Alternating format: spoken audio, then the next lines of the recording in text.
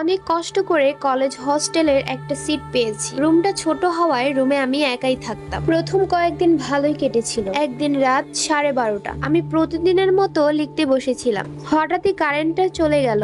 চারদিকে পরিবেশটা কেমন যেন ভয়ঙ্কর হতে লাগলো। একটু একটু ভয় করছিল আমার। হঠাৎই রুমের মধ্যে একটা অপরিচিত গ্রান অনুভব করতে পারছি। মনে হচ্ছিল আমার পিছনে কেউ দাঁড়িয়ে আছে। ভয়ে ভয়ে আমি পিছনে ঘুরলাম, দেখলাম কেউই নেই। আমার ঠিক মনে আছে মোমবাতিটা আমি টেবিলেই রেখেছিলাম, কিন্তু এখন আমি খুঁজে পাচ্ছি না। হঠাৎই সেই অপরিচিত গ্রানটা বেড়ে যাচ্ছে। জানালার পর্দার পাশ থেকে গ্রানটা আসছে আমার মনে হচ্ছে। আমি ভয়ে ভয়ে একটু গিয়ে কাপা কাপা গলায় বলতে লাগলাম, কি ওখানে?